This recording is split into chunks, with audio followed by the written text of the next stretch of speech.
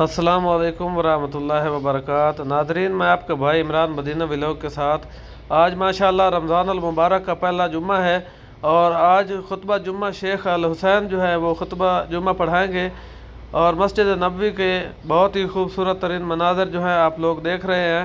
मदीना पाक का मौसम जो है आज बहुत ही प्यारा है माशाअल्लाह और अभी अज़ान जुम्मा भी होने वाली है।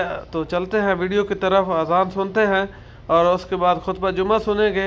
वीडियो को मुकम्मल वॉच करें, लाइक शेयर सब्सक्राइब कर दें ताकि हर नई आने वाली वीडियो जो है हर नए व्यूवर तक पहुंच सके। तो आइए सुनते हैं, अज़ान होने वाली है चूँकि अज़ान का वक़्त हो चुका है।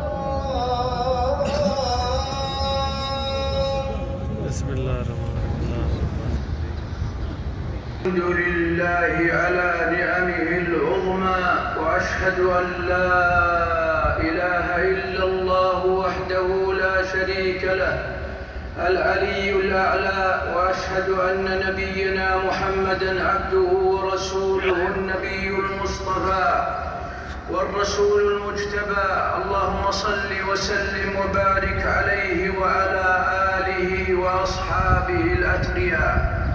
أما بعد، فيا عباد الله، أوصيكم ونفسي بتقوى الله جل وعلا، فاتقوه وأطيعوه في السراء والضراء تنالوا الخير والعاقبة الحسنى. يا أيها الذين آمنوا اتقوا الله وقولوا قولا سديدا يصلح لكم أعمالكم ويغفر لكم ذنوبكم، ومن يطع الله ورسوله فقد فاز فوزا عظيما. معاشر المسلمين، إن الهدف الأسمى والغاية العليا من شعائر العبادات هو تحقيق التوحيد الخالص للخالق جل وعلا، والوصول إلى الغاية الكاملة في حبه عز شانه، والتذلل التام له جل جلاله، والاتصاف بالاستسلام والانقياد له وحده، والتخلص من التعلق بمن سواه في التأله والتعبد، بحيث لا تصرف جميع العبادات إلا لله الأحد خالصة لوجهه دون من سواه. فالألوهية حق له وحده، فهو الذي يطاع فلا يعصى، هيبة له وإجلالا، محبة وخوفا، رجاء وتوكلا، سؤالا ودعاء.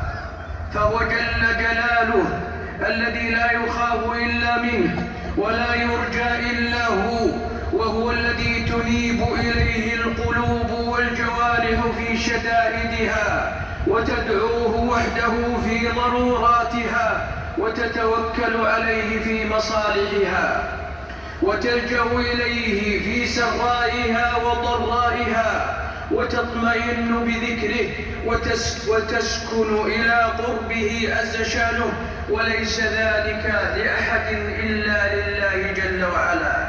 وإن فريضة صوم رمضان تبرز فيها هذه المقاصد العقدية العظيمة، فهو السر بين العبد وربه، يصومه العبد إخلاصا لله واحتسابا ومحبة وتعظيما، وهذا ما تشير إليه النصوص القرآنية والأحاديث النبوية، ففي التذكير بغاية الصوم وأن المراد به تحقيق التوحيد لله جل وعلا، تحقيق التقوى الذي رأسها التوحيد وحقوقه.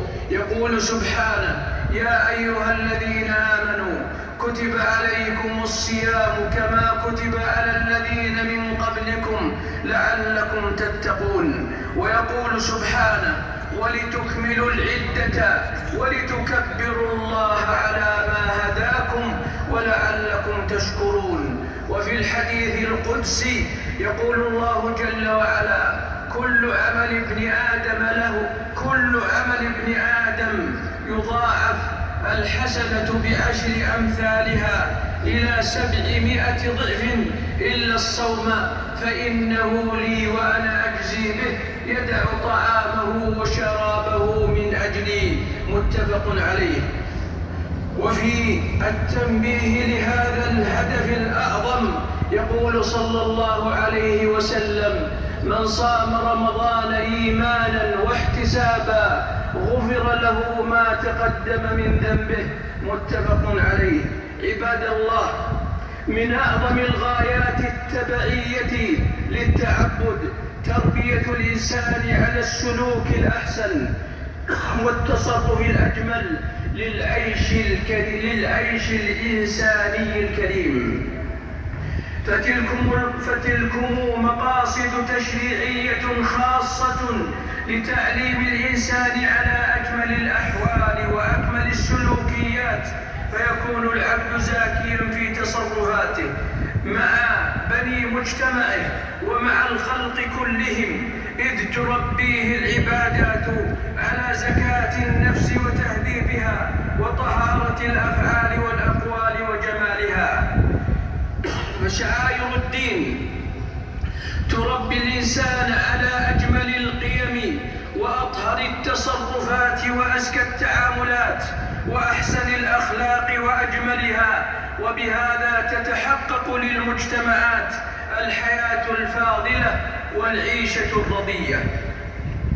وإن للصوم الحظ الأوفر من هذه المنظومة، وهذا ما يتجلى بالتوجيهات النبوية بحث الصائم على أفضل الأخلاق وأزكاها والبعد عن سيء الأخلاق وأرذلها. بل إن من الحكم الظاهرة والعلل البارزة لفريضة الصوم تربية الصائمين على عبادة السلامة من أذى الخلق والإضرار بهم بأي تصرف قولي أو فعلي، وتلكم مقاصد كلية تعود بالخير الكلي على مصلحة الفرد والمجتمع والعالم ككل. فليكن صومنا باعثا على أجمل الأخلاق وأزكى الأعمال، عاصما لنا من سيء الخصال، ولنحرص على اكتساب مقاصد فريضة هذا الشهر العالية والتحلي بفضائله الطاهرة. يقول صلى الله عليه وسلم: من لم يدع قول الزور والعمل به والجهل فليس لله حاجة في أن يدع طعامه وشرابه. رواه البخاري. وقول الزور كل قول محرم، والعمل به وقول الزور كل قول محرم، والعمل به كل فعل محرم، والجهل السفه والاستعلاء على الخلق بكل أذى يصدر عليهم كظلمهم والكذب عليهم والغيبة فيهم والنميمة بينهم. ألا فليكن لنا من عباداتنا ما يبعثنا على عمل تطبيقي للمقاصد المرجوة من تلك العبادات، لنعيشها واقعا ملموسا في ظواهرنا وبواطننا، ولتشكل في وجداننا قيمة حقيقية نعيش بها في هذه الحياة لنسعد دنيا وأخرى. فالشريعة كلها تخلق بأخذ مكارم الأخلاق، فهي مقاصد كلية للدين كما ذكره العلماء. قال بعضهم: حسن الخلق هو الدين كله، فمن زاد عليك في الخلق زاد عليك في الدين. وقال ابن تيمية رحمه الله: الجمال الأفضل هو كمال الخلق وأحسنه. فكن أيها المسلم قومك متصفا بجميل الأفعال والتصرفات، متزينا بأفضل الأخلاق في السلوك والتعاملات، واستقم على ذلك في جميع حياتك وفي شتى تصرفاتك، تنل الفوز الأعظم والفلاح الأتم. قال صلى الله عليه وسلم: الصيام جنة، فإذا كان يوم أحدكم فلا يرفث ولا يسخب، فإن امرؤ قاتله أو شاتمه فليقل إني صائم. متفق عليه. نفعنا الله بما سمعنا وبهذه التوجيهات الربانية والتوجيهات النبوية، ونستغفره من كل زلل. أقول هذا القول وأستغفر الله لي ولكم ولسائر المسلمين من كل ذنب، فاستغفروه إنه هو الغفور الرحيم.